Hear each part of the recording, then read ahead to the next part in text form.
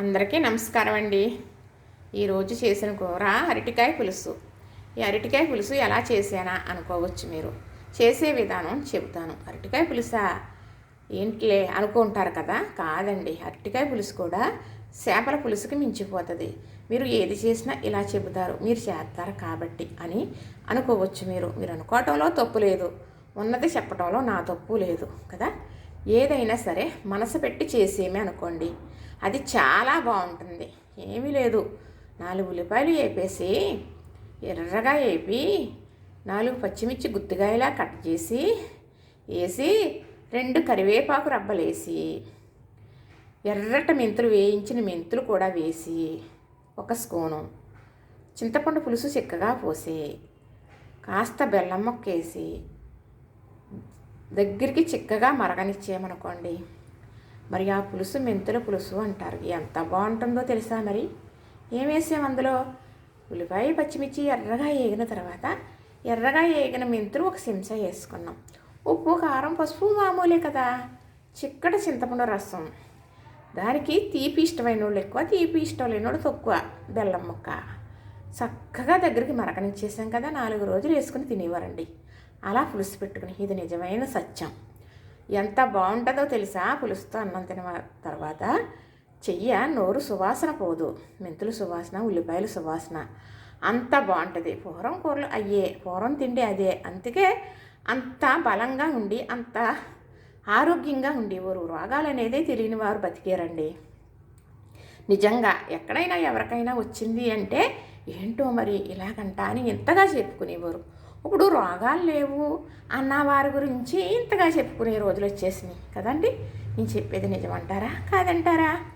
కానీ మనసు పెట్టి చేస్తే ఏదైనా బాగుంటుంది. అరటికాయ పులుసు ఏంటి, బెండకాయ పులుసు ఏంటి, ఇలానే దొండకాయ పులుసు కూడా పెట్టుకోవచ్చు, ఉల్లిపాయ పులుసు కూడా పెట్టుకోవచ్చు, టమాటా పులుసు పెట్టుకోవచ్చు, వంకాయ పులుసు పెట్టుకోవచ్చు. ఏ రకంగా అన్నా కూడా పులుసు అనే కాదు, ఇగురు అనే కాదు. అరటికాయ ఇగురు వండుకుంటామండి, వంకాయ ఇగురు వండుకుంటాం, టమాటా కూడా ఇగురు వండుకుంటాం.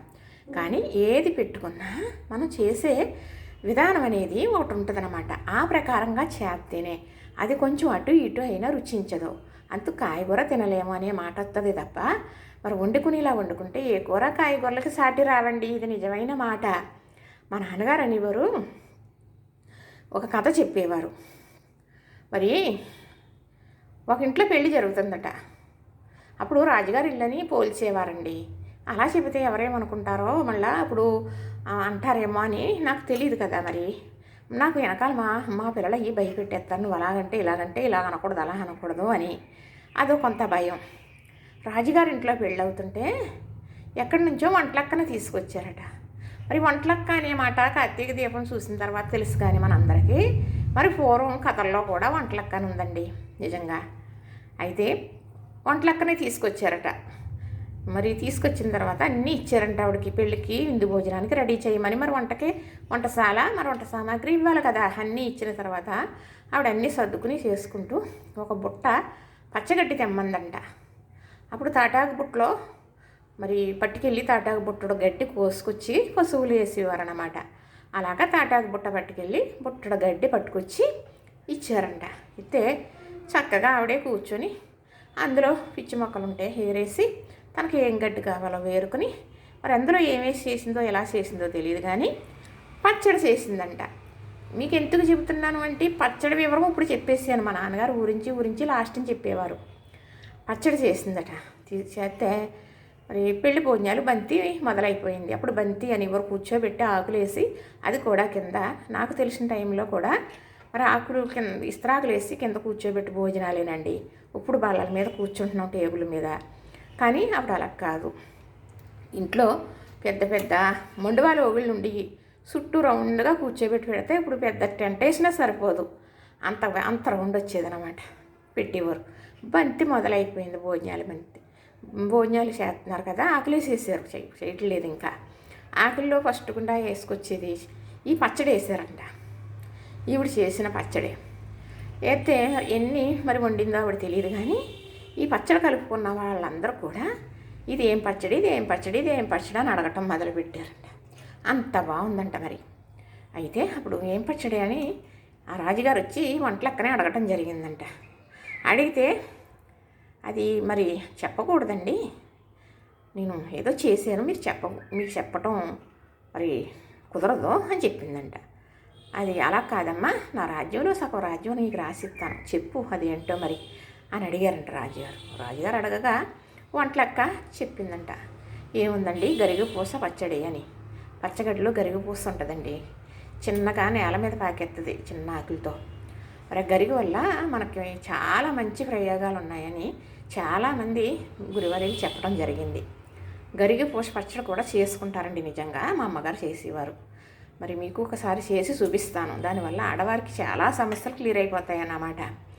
అయితే ఏముందండి, బాగా ఎక్కువగా మరి బీడింగ్ అవ్వేవారు ఉంటారు కదా, మందుల వల్ల తగ్గుతుంది, మళ్ళా అవుతూ ఉంటుంది. అలాంటి వారు మరి గుప్పుడు ఈ గరిగపూస తెచ్చుకొని అది ఒక టిక్కా మీద పెట్టుకుని దాని మీద కూర్చుంటాం వల్ల ఆ సమస్య క్లియర్ అయిపోతుందని ఒక పెద్ద ఆవిడ చెప్పారు. తెలిసినా మరి అంత గొప్ప వైద్యకం గరిగపూసలో ఉందన్నమాట. గరిగపూస పచ్చడండి బాబాయ్య అనేటప్పటికి చక్కగా సగం రాజ్యం రాసేసాడు ఆవిడికి. అలాగా చాలా కథలు చెప్పేవారు. అప్పుడు ఆవిడ తెమ్మన్నదే ఎందుకో తెలియదు, ఎప్పుడంటే ఒక పచ్చడి చేసిందంట, గడ్డి తెమ్మందంట, గడ్డి తెమ్మందర తొంటలు చేసిందంట, పచ్చడి చేసిందంట. పచ్చడి వేసిందంటే ఏం పచ్చడి అంటే గరిగపూస పచ్చడి. అప్పుడు ఈ గడ్డి పచ్చడి చేసిందా అని తెలియాలన్నమాట. ఏదైనా కూడా మరి అది ఇనసంపదగా ఉండి లాస్ట్ని ఏం జరుగుతుందా అనేది పూర్వం అంత హారాటం కింద ఉండేది. మరి ఇప్పుడు అదేలేండి, ఏదో టైటిల్ ఒకటి పెడుతున్నాం, చేసేది ఒకటి చేస్తున్నాం కదా. నేను కూడా యూట్యూబర్నే కదా, మరి అదేమైతే ఏదో అనుకుని మీరు చూడగలగాలి, అలా పెట్టాలి. అలా పెట్టాలంటే నా అలాంటి వాళ్ళు పెట్టలేము కదా. కానీ చేసేదొకటి చెప్పేదొకటి అదే నచ్చుతుంది. మరి చేసిందే చెబితే నచ్చదు, ఇష్టం అంతగా ఉండదు, చూసేవాళ్ళు చూస్తారు, కొందరికి మాత్రం నచ్చుద్ది, అందరికీ నచ్చదు. ఇలాగే జరుగుతుందండి, జీవన విధానమే ఇది కాదని నేను అన్నగాని. అట్టిగా పులుసు చేపల పులుసులాగా ఉంటుందండి చేసుకునే విధానాన్ని బట్టి. ఉల్లిపాయ అనేది పులుసుకి ఎర్రగా వేగాలన్నాను కదా, చింతపండు పులుసు వేసే పులుసుకి ఉల్లిపాయ ఎర్రగా వేగాలి. మామిడికాయ పులపకి, చింత చిగురు పులపకి ఉల్లిపాయ ఎంతవరకు వేగాలో చెప్పడం జరిగింది. ఎప్పుడైనా చేసినప్పుడు అలాగే చేసి పెడతాను. వండే విధానం మీరు ఎందుకు పెట్టలేదా అన్నారనుకోండి, మరి కొన్ని కట్టుబాట్లకి కట్టుబడి ఉండాలి కదా.